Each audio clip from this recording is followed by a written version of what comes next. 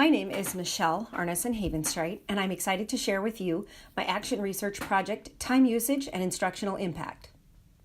I chose to do an action research What is Study to gain a better understanding of the task demands and time usage of an elementary principal. I happen to be that elementary principal. I also wanted to examine what impact, or what was my perception of the impact of those daily task demands on overall instructional improvement. 3 research questions guided my What is Study. The first question, how am I currently utilizing time for instructional improvement?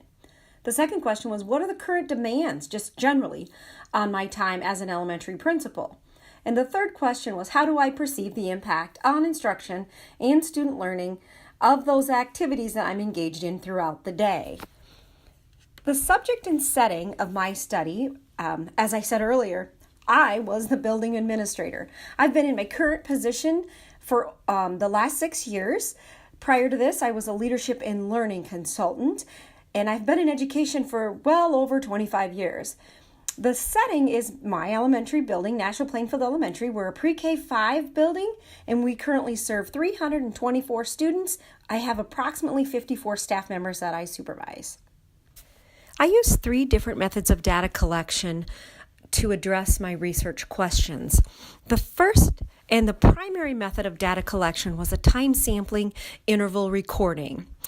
I recorded my activities in 15-minute intervals from 7:30 in the morning until 4:30 in the afternoon. So here's how I did it. I set my phone to buzz. Every 15 minutes, it would vibrate. I had created a Google form, which I'll tell you about in a little bit. And when that phone buzzed, I turned the alarm off. I went to the Google form. I recorded what activity I was doing and what my perception of the level of instructional impact it had. Sometimes I made notes, and then I went about my business. Yes, I have to admit, it got a little annoying some days. In hindsight, I probably would not have done 15-minute intervals, but we'll talk more about that later. The second method of data collection was a peer observation. I asked the instructional coach in our building to just randomly conduct an observation of me throughout the study. She noted what activity I was doing, what her perception was on the level of impact it had on instruction, and she made some notes as well. The final data collection piece that I used was my daily agendas. I use Google Calendar and keep that pretty up to date on what I'm doing throughout the day. I printed those at the end of each day.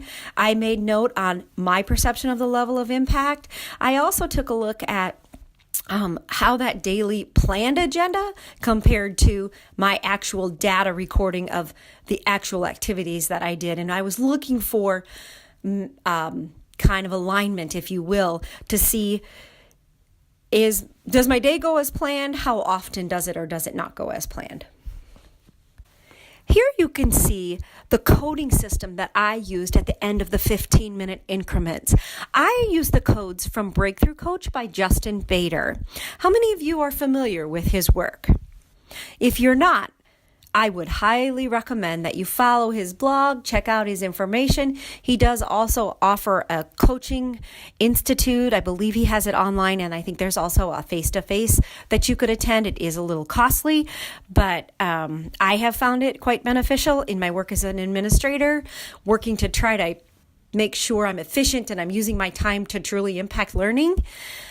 So this slide presents the codes from the Breakthrough Coach. I did add an additional code at the bottom, personal, because I found as my phone was buzzing every 15 minutes, there was occasionally a time that I was doing something of a personal nature, like a lunch break, or perhaps I had taken a phone call, or maybe I was even in the bathroom. Who knows? So I needed to add that personal code as well. I chose to use a rating scale. So after I recorded the code of the type of behavior I was engaged in, I then made a judgment on what level of impact did I believe that this activity had on improving instruction in my building. The scale I used was from 1 to 5, 1 indicating very little direct impact, 5 a high direct impact. Now, it's really important that I note here that this was perception data. It was a judgment. I need to tell you that the data that I received from this scale was poor. There was a lot of variance between what the instructional coach gathered and what I had, and I needed to do a better job operationally defining each of these levels. As the breakthrough coach had each type of activity clearly defined with examples, I needed to do the same. I struggled with what was the difference between a level 3 instructional impact and perhaps a level 4. And I did not have those defined. Therefore, the data I collected from this scaling of my perception wasn't really useful to me in the end. I used 3 different tools to collect data for this study. I used Google Forms, the alarm on my iPhone, which it seems that I always have my phone with me, and then I used Google Calendar. This is just a quick look at the forms that I used. On the left, you can see a sample of the time log. This was a Google form that I had set up. And so each time I just filled this out and hit submit. On the right, you can see just a screenshot of my phone when the alarms were set off to vibrate. And again, in the future, I probably would not set this up for 15-minute increments. I would be attending IEP meetings, and sometimes those last 40, 45 minutes, maybe even an hour, and my alarm would go off on my phone. And so 15-minute increments was a little too short of intervals. I would recommend in the future that perhaps those are set at 30-minute increments. And I think that would still allow you to get a good taste of the type of activities that you are participating in.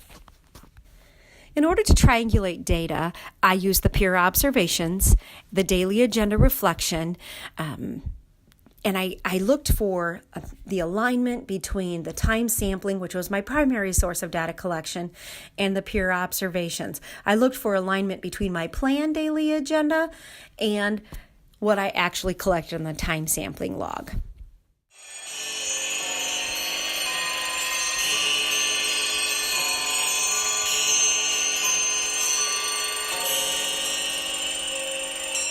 Mother Nature was not my friend during this study. I would like to start out by saying I had intended to collect data for 30 days, and due to the late starts, early releases, and no school days, I only was able to collect data for 22 days. So that changed the amount of data I collected. However, with the time sampling intervals, I collected over 782 codes of data throughout the 22 days. So this was quite a little bit in the end. And this screen will tell you how I addressed the first research question: what are the current demands on my time as an elementary principal? So if you look to the column on the far right, the percentage of intervals, you can see that I spent 20% of my time in classroom and building things. Those were activities such as walkthroughs, observations, being in and out, observing others in their work throughout the building. My lowest area was off-site meetings. It happened to be because of the weather, I didn't have as many meetings off-site. I do also want to let you know that I'm an administrator in a small school district, so my administrative team is a high school principal and a superintendent, and we oftentimes meet in my building. So I coded those meetings as on-site meetings where some administrators have to go to a central office for meetings. So that's another interesting piece where I work to let you know. So according to Breakthrough Coach, we'll just talk about this real quick. Classroom building, on-site meetings, and supervision are 3 areas that have the highest impact on instructional improvement and student learning. So if you can look over those, I had quite a bit of time. Those were a few of my higher areas. You will note that office work is 16% of my time. I do want to say that right now, I am in the process of building a brand new playground and facilitating that work. And we're also going to start a before and after school program for next year. So I have quite a little office work to do with those 2 projects starting here real soon. And so that's probably a little higher than it would typically be. I'd also like to say, point out, crisis management was about 10% of my time. I really have wonderful kids in my building. I don't have a lot of high demands when it comes with from disruptive behavior. So for me this year, that number's relatively low. So I found this data to be pretty interesting, even though it was only 22 days in February and March. 3 areas that have the highest impact on instructional improvement and student learning. So if you can look over those, I had quite a bit of time. Those were a few of my higher areas. You will note that office work is 16% of my time. I do want to say that right now, I am in the process of building a brand new playground and facilitating that work. And we're also going to start a before and after school program for next year. So I have quite a little office work to do with those 2 projects starting here real soon. And so that's probably a little higher than it would typically be. I'd also like to say, point out, crisis management was about 10% of my time. I really have wonderful kids in my building. I don't have a lot of high demands when it comes with from disruptive behavior. So for me this year, that number's relatively low. So I found this data to be pretty interesting, even though it was only 22 days in February and March. The final research question I was attempting to address was, how do I perceive the impact on instruction and student learning on the impact that I am engaged in throughout the day? And this was the data that I, in the end, did not feel that I had operationally defined so it really did not provide me a good answer to that question, because you can see most of the data I collected was right around 20%, give or take. And then there were some that it was either high or low. And that kind of makes sense, because if I was engaged in an activity that I was 100% certain that had a great impact on instruction, for example, a coaching conversation with a teacher, I was very definitive that was a high level activity. If I was doing something like helping the custodian with a task in the building, that would be very low. It was very obvious to do that one. But the level 2, level 3, and level 4s were very hard for me to determine how to mark those. So lesson learned in the future, if you're using scales 1 to 5 or 1 to 3, low to high, make sure you operationally define those. The next couple of slides present the triangulation that I had done with the other 2 methods of data collection, peer observation and daily reflection. And I did this to determine the validity of my study.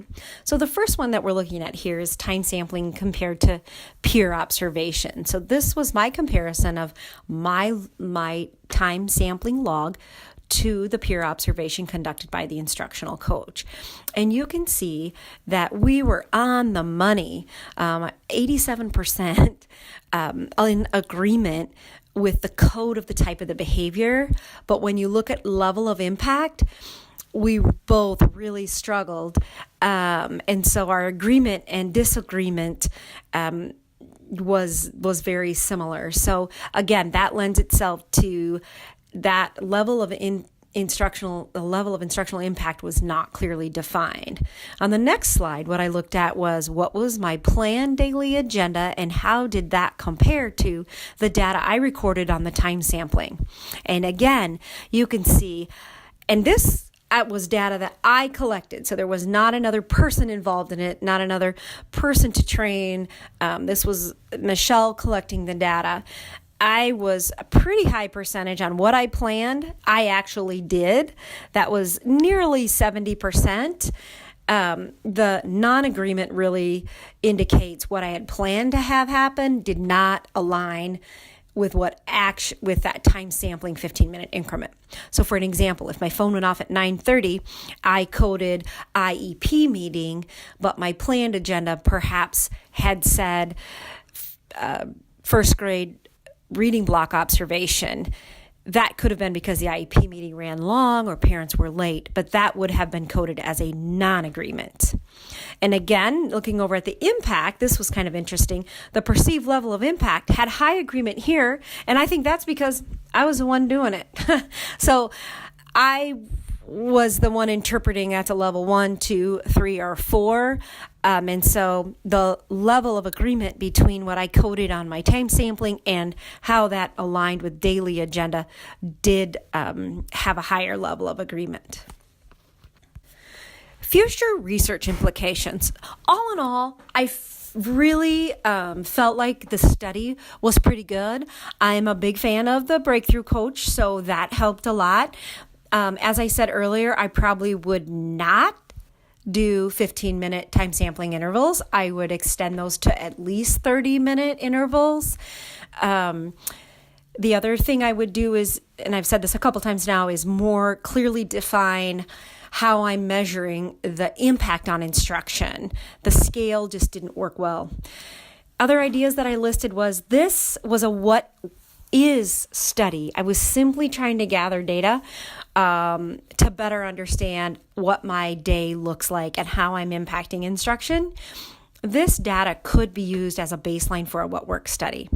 And finally, in the world of administration, our duties and responsibilities change through not only on a day-to-day basis, but they change on a monthly basis. And the focus of what we do each month may change. So I feel like this study, replicating it throughout the school year, gathering data on random days would give a better and a more accurate picture of how an administrator's day really looks throughout the school year. We're asked to address how the National Educational Leadership Preparation Standards were addressed in our project. My project addressed Standard 1.1. I felt very clearly. Obviously, it was embedded with data. And secondly, our vision in our school is high levels of learning for all. It's very simple, and that's what our focus on. So my study really helped me gather data and focus on how was I spending my time focusing on academic success for all. NELP Standard 1.2 asked us to talk about how this project helped us define the culture and stress the importance of a child-centered education, such as high expectations. Again, my study gathered data very specifically on the types of activities that I was doing in order to promote a child-centered education, in order to improve instruction and ultimately student levels of learning. Another area that I could have gotten some more data on that I did not was the comments and the notes that I made as I completed each of the form. That would have provided me more specific information on exactly what I was doing. So if it was a supervision activity, where was I? Was I outside supervising recess? Because again, then I would be looking at equity, openness, caring, trust. I would be involved in some of those things. The final Standard 1.3 asked us how our AR project helped us analyze, plan, and promote continuous sustainable evidence-based school and district improvement. My project was about improving instruction ultimately, ensuring that I, as the leader of the building, was utilizing my time and focusing my energy on truly improving the learning environment for our students. So it really was a direct connect to this standard here. I was gathering data, I was analyzing how I was utilizing that and able to then make adjustments. Another thing that was important to note here is that my teachers knew I was doing an action research project, and I think it was a really valuable experience for them to see me using action research to improve my work as a leader. And I think that had an impact that I hadn't thought it would have had when I started. So there you have it, friends. That is my action research on time usage and instructional improvement in an elementary building. I look forward to your feedback, and I thank you so much. 1, 2, 3 o'clock, 4 o'clock, rock. 5, 6, 7 o'clock, 8 o'clock, rock. 9, 10, 11 o'clock, 12 o'clock, rock. We're gonna rock around the clock tonight. Put your glad rags on. Join me home.